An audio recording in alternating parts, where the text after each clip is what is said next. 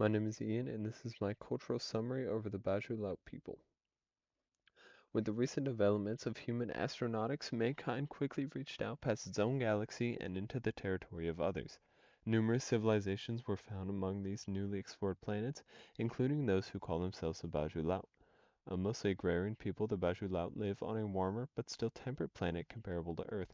Most of their lands are covered in tall, dry grasses and sparse trees, with no real large bodies of water. However, there is a large ring that circles their planet made up of frozen asteroids, which the people harvest for water. They are not a technically progressed peoples and believe that the asteroids are a gift from their gods instead. Communities are made up of villages where roughly 20 to 50 denizens reside, and the closest villages are still many miles apart.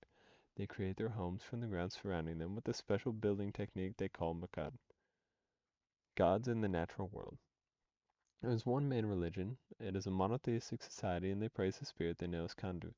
In common folklore, Kandu is a giant who, upon seeing the suffering of the Baju Laut people during a great drought, tossed a mountain-sized boulder into the sky. This hit one of their frozen moons, which broke apart and formed the ice asteroids that circle their planet. As a result of this exertion, Kandu died shortly after. However, as a result of his overwhelming power, he became a wandering spirit. The earth shakes where he walks, and because of their beliefs, the Baju people explain planetary seismic activity to be his doing. Society is arranged in class-like systems based on age. As a young child, you will receive a basic education and mainly practical, uh, which is focused on farming and harvesting techniques. You will find most teenagers and young adults working as apprentices under older members of the group, either in fields or out collecting water from fallen asteroids. As an adult, while some become teachers for the younger generations, while others learn stories from the elders, most people will spend the rest of their lives working in their previously assigned jobs. Prayers happen once in the morning and once at night before bed, and it is believed that if you are skipping prayers, it may cause the spirit Kandu to visit your village.